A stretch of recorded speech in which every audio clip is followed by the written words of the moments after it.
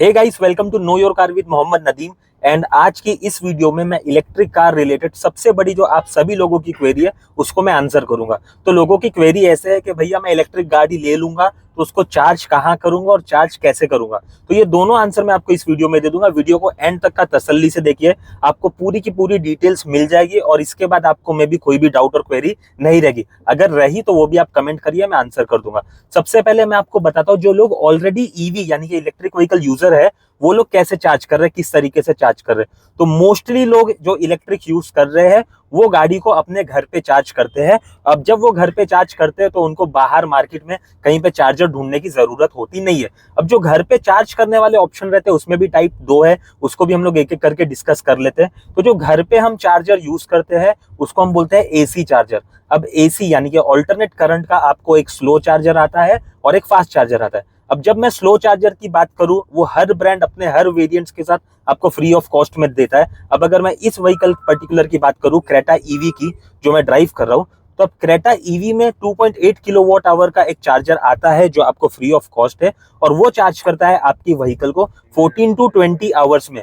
अब आप बोलेंगे अरे यार 14 से 20 घंटे तो बहुत ज्यादा होते हैं। यस, आप एकदम करेक्ट हो, 14 से 20 घंटे बहुत ज्यादा होते हैं। बट वो जो चार्जर आपको फ्री ऑफ कॉस्ट मिलता है वो एक इमरजेंसी चार्जर होता है। अब इसका मैं आपको यूज बताता हूँ। मान लीजिए आप कहीं पे चले गए, एकदम मे बी आप ट्रेवल करने गए, माउंट आबू गए, ऐसी रिमोट जगह पे चले गए जहाँ पे शायद आपको चार्जिंग का ऑप्शन नहीं मिले। वैसे तो आजकल इंडिया में जगह जगह पे आपको चार्जिंग का ऑप्शन मिल रहा है। मैं एक मिसाल दे रहा हूँ आपको कि मान लीजिए आपको वहां पे चार्जिंग का ऑप्शन नहीं मिल रहा है, तो वो टाइम पे वो जो पोर्टेबल चार्जर है 2.8 किलोवाट का, वो आप गाड़ी में रख के कैरी कर सकते हैं बहुत इजीली। और ऐसे सारे सिनेरियो में आप उसे इमरजेंसी में यूज कर सकते हैं। अब जो मोस्टली लोग इस चार्जर को यूज करते हैं, इलेक्ट्रिक गाड़ी अपनी जो ऑलरेडी यूज कर रहे हैं उसको चार्ज करने के लिए, वो यूज करते हैं वॉल बॉक्स चार्जर।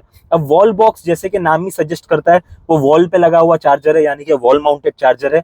तो उस चार्जर को आप कैरी कर सकते नहीं हो। बट वॉल बॉक्स चार्जर जो होता है ये थोड़ा सा क्विक होता है, फास्ट होता है। और इसका क्या सिस्टम है मैं आपको समझा देता हूँ। तो अब मैं अगर वॉल बॉक्स चार्जर की बात करूं, तो wall box charger brand to brand अलग अलग किलोवाट के देते हैं। कोई 7.5 का देता है। अगेन मैं क्रेटा में बैठा हूं तो क्रेटा की बात करता हूँ, इसमें आपको मिलता है 11 किलोवाट का वॉल बॉक्स चार्जर। अब ये जो वॉल बॉक्स चार्जर है इसमें दो बैटरी आती है क्रेटा में, जैसा कि आपको पता है। एक 42 किलोवाट की आती है और एक 51.4 किलोवाट की आती है। तो अगर आप 42 किलोवाट की बैटरी को वॉल बॉक्स चार्जर से चार्ज करते हैं तो सिर्फ 4 घंटे में वो 10% से लेके आपका 100% तक पूरा चार्ज हो जाएगा। सिमिलरली अगर आप 51.4 किलोवाट आवर की बैटरी चार्ज करते हो तो वो लेगा 4 घंटे 50 मिनट। अब 4 घंटा 50 मिनट कुछ भी नहीं है। मान लीजिए आप ऑफिस से आते हैं शाम को 7 से 8 बजे के आसपास, आपने चार्जर लगा दिया, उसमें शेड्यूल कर दीजिए आप। ऐसा भी नहीं है कि आपको उठ के जाना पड़ेगा वापस से चार्जर बंद करने। शेड्यूल करके आपके मोबाइल ऐप से इजीली छोड़ दीजिए। 4 घंटे में या जैसे ही आपकी व्हीकल की बैटरी चार्ज होगी, ऑटो कट आपका चार्जर हो जाएगा। डेफिनेटली वो गन लगाना और निकालना आपकी रिस्पॉन्सिबिलिटी है। तो ये एक बहुत अच्छी चीज हो गई। आप शाम को 7-8 बजे आए, आपने लगा दिया, ऑटोमेटिकली चार्जर आपने लगा दिया और ऑटोमेटिकली वो ऑटो कट हो गया। तो ये बहुत सिंपल हो जाता है। अब आप बोलोगे अरे यार ये एक्टिविटी मेरी रोज रोज की हो गई। ये एक्टिविटी जरा भी रोज रोज की नहीं है। ये भी मैं आपको समझाता हूँ कैसे रोज रोज की नहीं है। अब मैं आपको एक एग्जांपल देता हूँ। मान लीजिए कोई बंदा रहता है, मुंबई का एग्जांपल देता हूँ, गोरेगांव में, उसकी ऑफिस है बांद्रा में।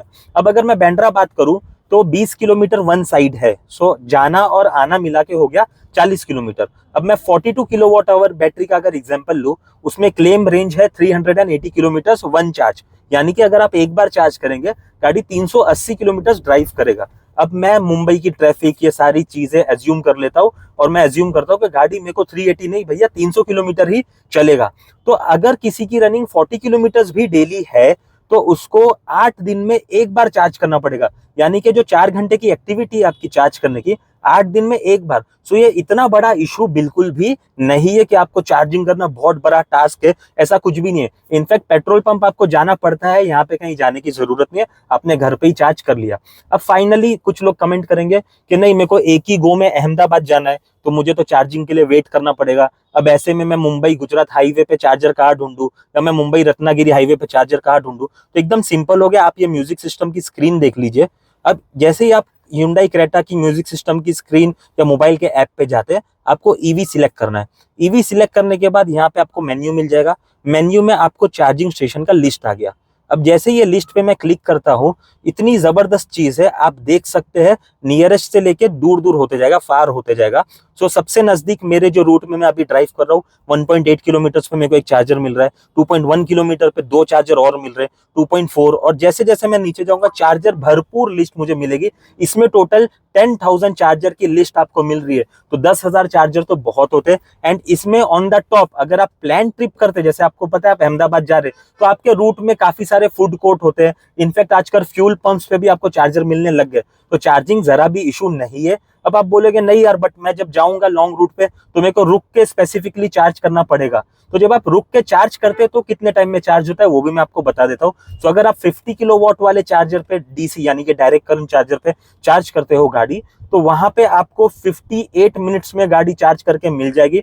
सिमिलरली अगर आपको 100 किलोवाट का चार्जर मिल गया तो वहां पे जब आप चार्ज करोगे तो आपको गाड़ी सिर्फ 39 मिनट्स में चार्ज करके मिल जाएगी। अब आप जीरो से तो चार्ज करेंगे नहीं, 20, 30, 40% बैटरी ऑलरेडी रहेगी आपकी गाड़ी में, तो वो सिनेरियो में भी आपका टाइम जो 39 या 58 मिनट्स है वो और कम हो जाएगा। सो होप आपको मैंने आपकी इस क्वेरी का आंसर दे दिया कि आपको चार्ज करना कैसे। अब ये चार्जिंग का प्राइस कितना है वो भी मैं आपको बता देता हूँ, ये भी काफी लोगों की क्वेरी रहती है। तो बेसिकली इसमें पर यूनिट के हिसाब से रहता है। एंड आपको सिंपल कैलकुलेशन बताऊं तो जो बैटरी का किलोवाट है उसको आप यूनिट से मल्टीप्लाई कर दीजिए।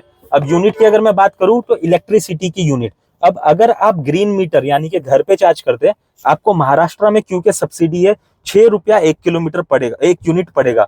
तो अगर 42 किलोवाट आवर की बैटरी है उसको मैं 6 से मल्टीप्लाई करता हूँ, तो अराउंड 300 टू 320 रुपीज आपको वन टाइम फुल चार्ज करने मिलेगा। और उस पर अगर आपकी गाड़ी 300 किलोमीटर चल रही है तो अगर मैं मोटा मोटा कैलकुलेशन दूं तो 1 रुपए में आप अपनी गाड़ी को चला रहे हैं, जो किसी भी हाल में पेट्रोल और डीजल से बहुत सस्ता है।